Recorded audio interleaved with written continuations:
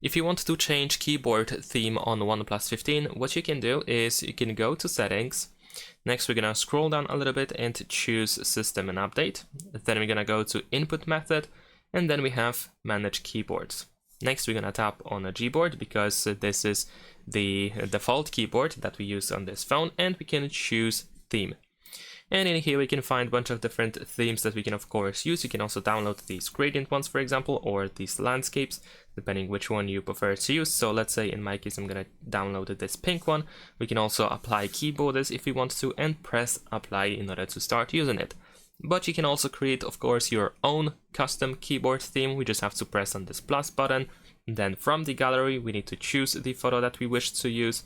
So let me try to find something. Maybe I will be able to use this one. We can of course zoom in and zoom out. We can adjust the photo and we can go next. In here we can move left and right in order to adjust the brightness of the wallpaper, of the photo I mean, that we have behind the keyboard. And then we can tap on done. Also we can toggle keyboards and press apply in order to start using the keyboard. And that is pretty much it. Thanks for watching, leave a like and subscribe.